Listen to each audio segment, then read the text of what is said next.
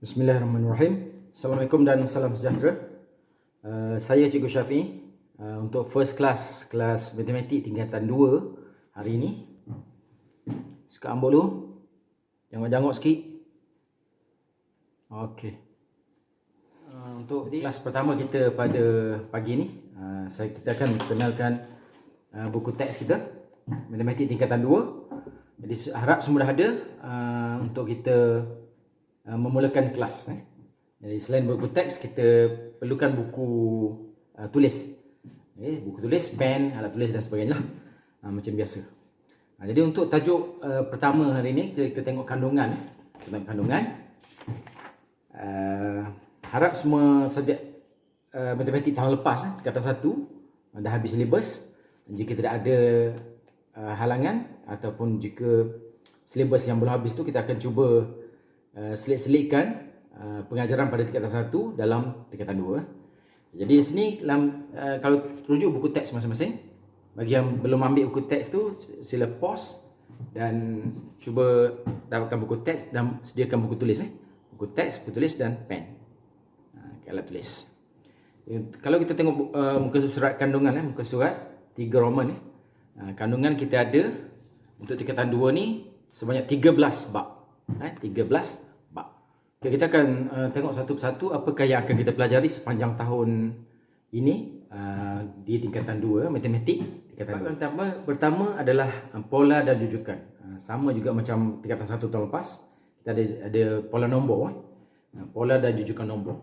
Jadi di sini ada 3 subtajuk lah. Yang pertama pola, jujukan, dan yang ketiga adalah pola dan jujukan. Gabungan antara pola dan jujuk. Yang kedua, pemfaktoran dan pecahan algebra. Pemfaktoran dan pecahan algebra. Yang ni tajuk yang paling menarik lah bagi saya. Sebab ada X, Y, A, B, C. Kita bukan lagi bermain dengan nombor, tapi bermain dengan huruf dan juga simbol.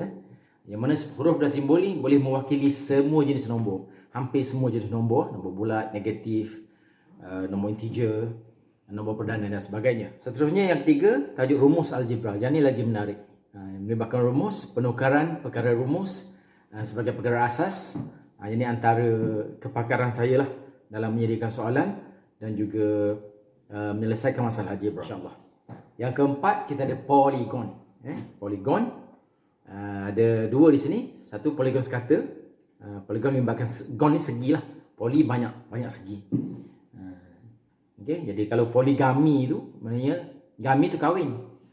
Poligami maknanya apa? Kahwin banyak. Okay. Seterusnya yang kedua, sudut pedalaman dan sudut peluaran poligon. Sudut pedalaman macam mana?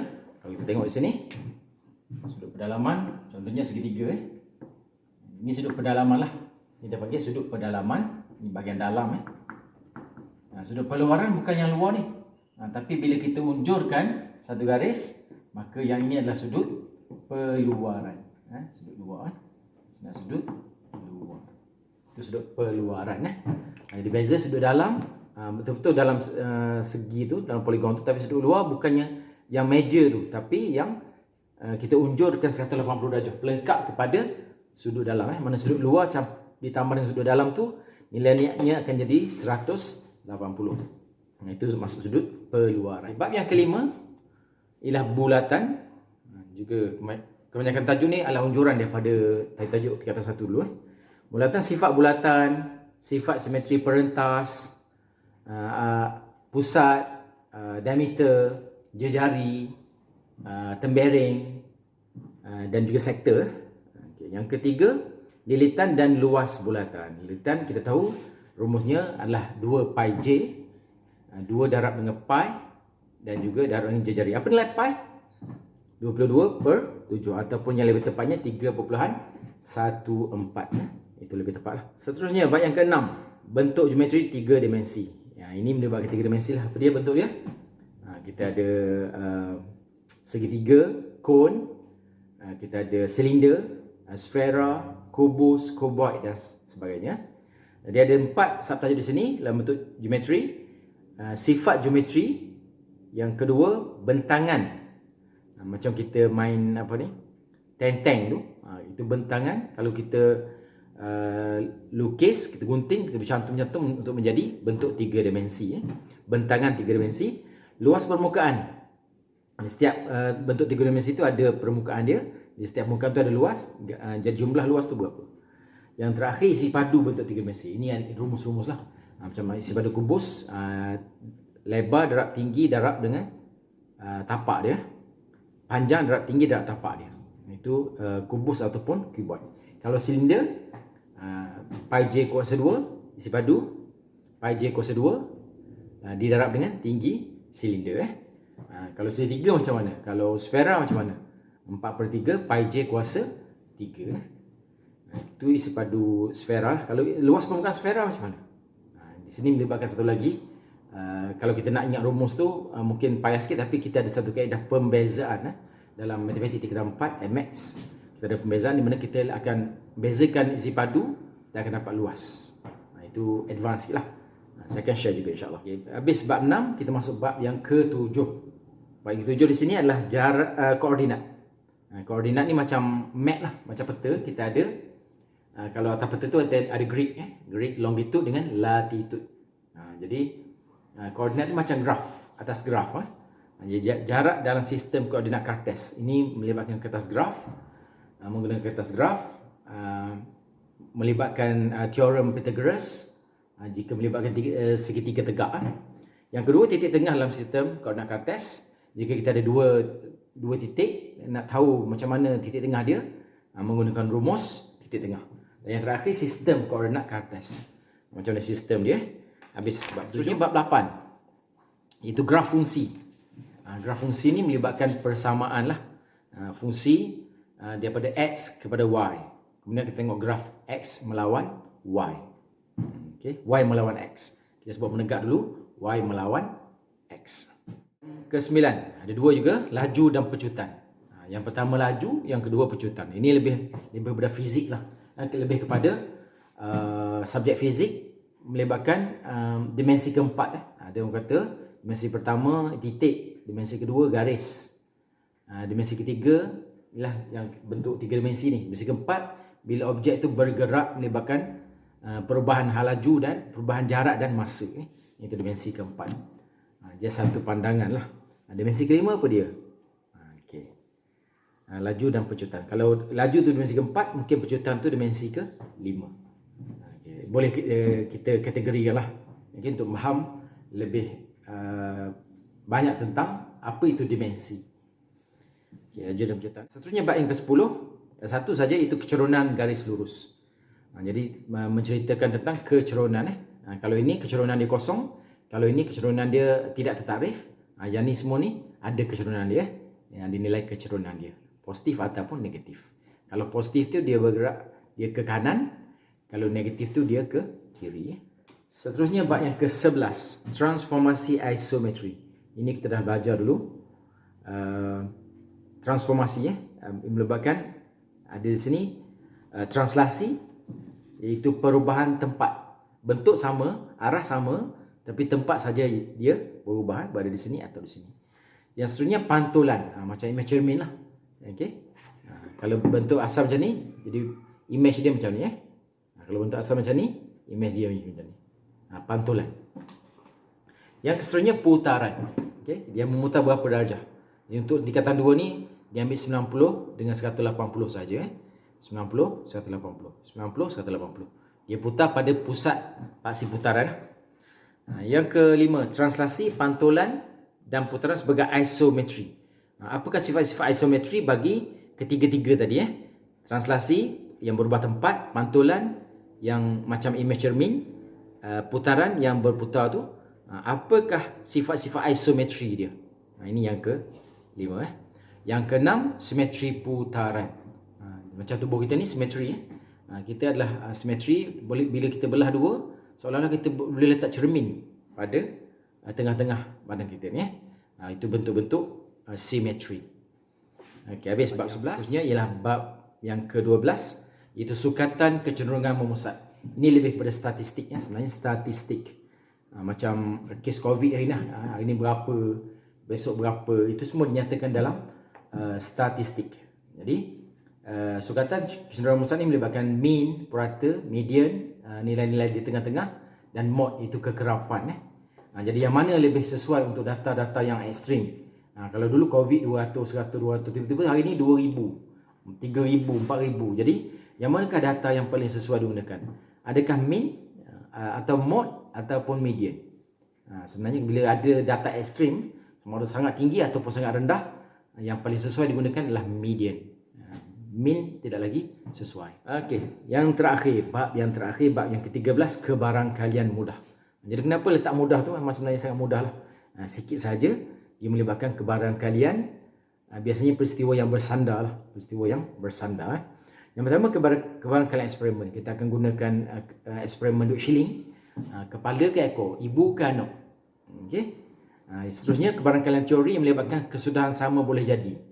Macam buah dadu, daun teruk, majung dan sebagainya. Yang ketiga, kebarangkalian peristiwa pelengkap. Hari ni kebarangkalian hujan. Tengok mendung hari ni. Apakah kebarangkalian hujan? Katakan hujan hari ni adalah 1/5. Pelengkapnya tidak hujan adalah 4/5. Itu pelengkap. Dan yang terakhir, kebarangkalian mudah. Melibatkan pengiraan yang simple-simple sahaja dalam tajuk kebarangkalian. 13 tajuk yang kita akan hadam pada tahun ini. InsyaAllah dalam keadaan online ni kita akan cuba habiskan 13 tajuk ini sama ada secara fast track ataupun lebih kepada pembelajaran kendiri. Sebenarnya dalam pembelajaran kita ini, pembelajaran yang paling baik ialah berguru lah. Tapi yang kedua pengalaman, yang ketiga adalah belajar sendiri tapi dengan panduan cikgu juga. Okey, baik, kita ulang balik semula. Ada 13 tajuk. Yang pertama apa dia tadi? Betul, pola dan jujukan, pemfaktoran dan pecahan algebra, rumus algebra. Yang ketiga, poligon. Keempat, bulatan, bentuk geometri 3 dimensi, koordinat. Yang ketujuh, yang ke-8, graf fungsi, laju pecutan, kecerunan garis lurus, transformasi asimetri, sukatan cenderungan masa ataupun statistik, dan yang terakhir, kebarangkalian mudah. Jadi insyaAllah tanpa melengahkan masa, kita terus ke bab yang pertama. Untuk bab pertama, jadi pelajar harap bersedia. Kita ada buku teks dan buku tulis. Ready, tulis apa saja yang saya berkongsi di sini. Kalau ada latihan tu terus buatlah. Yang pertama kita tengok muka surat pertama. Di situ ada pola dan jujukan. Muka surat kedua ada pola. Kita tengok muka surat 2. Bawah ni pola. Apa dia pola? Saya beri contoh. Tengok muka surat 3. Okay, muka surat 3 ada contoh di sini. Okay, kalau kita tengok. Okay, sini. Lukis corak seterusnya bagi gambar rajah di bawah dan nyatakan polanya. Okay, kita tengok sini. Pola nampak?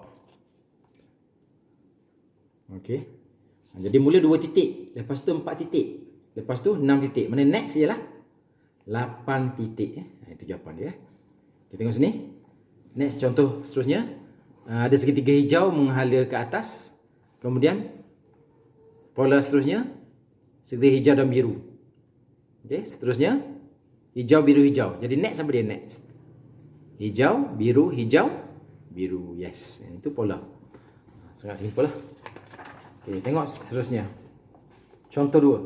Okey, kita tengok contoh 2. Contoh 2 antara negatif 10 dengan negatif 4. Asal di sini. Okey, kita ada contoh 2. A negatif 10, negatif 4, kemudian 2 dan 8. Apakah nombor seterusnya? Okay, ini cara penulisan lah. Okay, tanda titik 3 belakang ni apa? Dan seterusnya. Dan seterusnya. Jadi negatif 10, negatif 4, 2, 8. Jadi apakah beza antara 2 dan 8? Tengok nombor lah, nombor yang positif, dia positif. Jadi beza dia apa 2 dan 8? 6 kan. Jadi 8 tolak 2 adalah 6. Ataupun 2 tambah 6 jadi 8. Negatif 4 tambah 6 jadi 2. Negatif 10 tambah 6 jadi negatif 4. Jadi nombor seterusnya kita boleh tahu dia akan jadi tambah 6 juga. 8 tambah 6 14. 14 tambah 6 20 dan seterusnya. Okey. Nyatakan pola bagi set nombor berikut. Jadi polanya ialah menambah 6 kepada nombor sebelumnya. Ini pola dia, menambah 6 kepada nombor sebelumnya. Tambah 6 kepada nombor sebelumnya untuk dapat pola itu. Jadi boleh tengok. Yang kedua, B itu 17 dan 7. Okay. B 17, 7 dan seterusnya. Jadi di sini tadi tambah, sekarang daripada 17 ke 7 dia akan jadi tolak 10. Okey. 7 tolak 10 negatif 3. Okey, dan sebagainya dan seterusnya. Jadi polanya ialah menolak 10 kepada nombor sebelumnya. Menolak 10. Kalau C macam mana C? Cuba tengok C. 2, 6, 18. 2, 6, 4 tambah 4. Jadi 6 tambah 4 jadi 18 ke? Tidak. Ini dalam menggunakan operasi darab dulu. Ini menggunakan operasi darab. Jadi 2, 6, 2 darab 3. 6 darab 3 jadi 18. 18 darab 3 jadi 54. Jadi polanya ialah mendarab 3 kepada nombor sebelumnya. Mesti ada operasi apa, darab ke tambah ke, berapa dia punya operasi itu, dan juga kepada apa, kepada nombor sebelumnya. Yang D menambah 3 kepada nombor sebelumnya, E menambah setengah kepada nombor sebelumnya, dan yang terakhir menolak negatif 0.3 ataupun menolak 0.3 kepada nombor sebelumnya. Itu adalah contoh 2. Jadi daripada contoh ni, cuba buat latihan muka surat 6. Muka surat 6. Muka surat 7. Muka surat 7. Cuba tengok latihan muka surat 7. Nombor 2. Nombor 2 saja dulu. Okey, ini saya nak tengok latihan muka surat 7 nombor 2. Latihan muka surat 7 nombor 2 sahaja. Okey. Sila buat dulu dan nyatakan pola sama ada darab, tambah, tolak atau bahagi berapa kepada nombor sebelumnya. Okey. Selamat mencuba. Jawapan nanti boleh PM kepada saya dalam nombor telefon yang saya berikan. Okey, itu saja. Don't give up, just move, dan buktikan bahawa awak sebenarnya memang pandai, walaupun belajar macam mana pun, offline ke online ke, awak tetap akan terus belajar dan menjadi seorang yang bijak dalam matematik dan juga subjek-subjek yang lain. Okey, itu saja dari saya. Selamat maju jaya. Terima kasih kerana menonton video ini hingga habis. Jangan lupa like, share dan subscribe untuk saya berkongsi lagi banyak video yang bermanfaat pada masa akan datang. Itu saja. Assalamualaikum. Untuk next video jadi tugasan hari ini ialah contoh 2. Ini latihan contoh 2. Kalau tengok contoh 2 tu, dia kata nyatakan pola bagi set nombor berikut. Kita ada negatif 10, nampak? Tak apa nampak. Negatif 10, negatif 4, 2 dan 8. Okey. Antara negatif 10 dengan negatif 4 tu, dekat sini.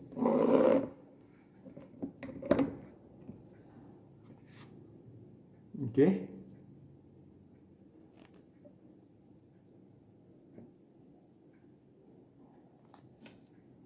Bolehlah pause. Boleh pause.